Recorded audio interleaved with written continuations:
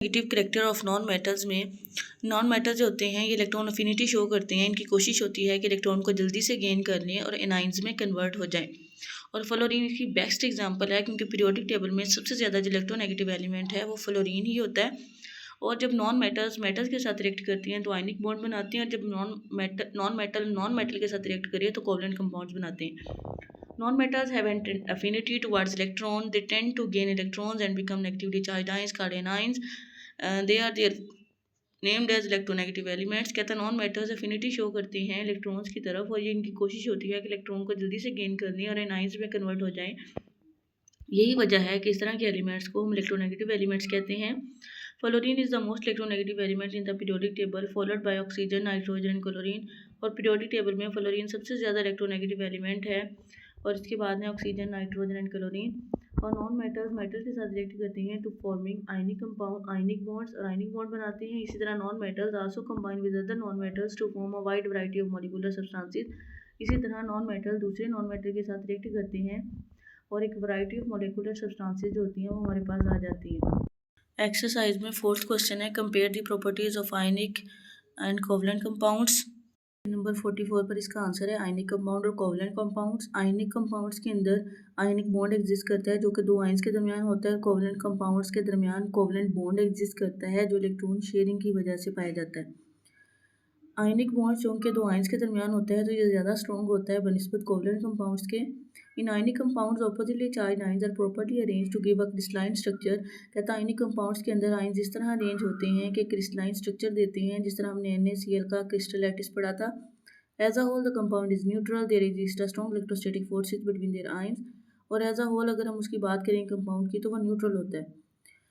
इसके मुकाबले में covalent compound mostly exist as discrete neutral molecules. There exist a strong electrostatic force of attraction between the nucleus and the shared electron.